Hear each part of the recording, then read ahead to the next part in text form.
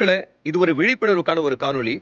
அதாவது தமிழ்நாடு நியாய விலைக் கடைகள்ல அரசு ஏழை எளிய மக்களுக்கு வழங்கக்கூடிய ரவாவுல புழுக்கள், வெண்புழுக்கள் ஊர்ந்து செல்லுகிற அவல நிலை. எண்ணற்ற புழுக்கள். அதுதான் அந்த காணொளியில நீங்க பார்த்துட்டு இருக்கீங்க. பாருங்களேன், எவ்வளவு இருக்கு பாருங்களேன். உயிரோட இருக்கு. ஒரு ஏழை எளிய மக்களுக்கு ஆகச்சிறந்த சேவைகளை நாங்க செய்யறோம் அப்படின்னு சொல்லிட்டு இருக்கக்கூடிய தமிழ்நாடு அரசு காலகாலமா அவங்களுக்கு வழங்கக்கூடிய உணவுப் பொருட்கள்ல அதனுடைய தரம் எந்த அளவுக்கு மிக மோசமான நிலைமையில இருக்கு அப்படிங்கறத நீங்க பாருங்க. இது ரவாவுல மட்டும் கிடையாது. அரிசி, பருப்பு, எண்ணெய், அது இதுன்னு எல்லாத்தையும் என்னென்னலாம் நியாய விலை கடைகள் அரசு கொடுக்குதோ அது எல்லாத்துலயுமே இப்படித்தான் தரம் மிக மோசமான நிலையில.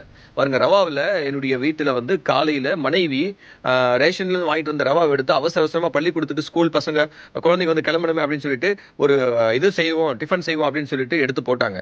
போட்டு பார்த்தா அதுல அவ்வளவு புழுக்கள். ஷாக் ஆயிட்டாங்க. ஐயோ, நல்ல வேலை நான் இதை கவனிச்சேன். இது ஏற்கனவே இருக்கிற அவசரத்துல அப்படியே நான் கவனிக்காம நான் போட்டு செஞ்சு குழந்தைங்களுக்கு கொடுத்தா அமைச்சிருந்தா குழந்தைங்களுக்கு என்ன ஆயிருக்குமோ அப்படின்னு பதறி போய் என்கிட்ட காமிச்சாங்க. அட பாவமே, இது என்ன நிலைமை அப்படின்னு சொல்லிட்டு தான் இதை எடுத்து உங்ககிட்ட போட்டிருக்கேன். இதுக்கு என்ன தீர்வு தமிழ்நாடு அரசு எடுக்க போகுது? ஏழை மக்களை தொடர்ந்து வஞ்சிச்சுக்கிட்டே இருக்க போகுதா அப்படிங்கிறது தெரியல. அது அரசு கையில தான் இருக்கு.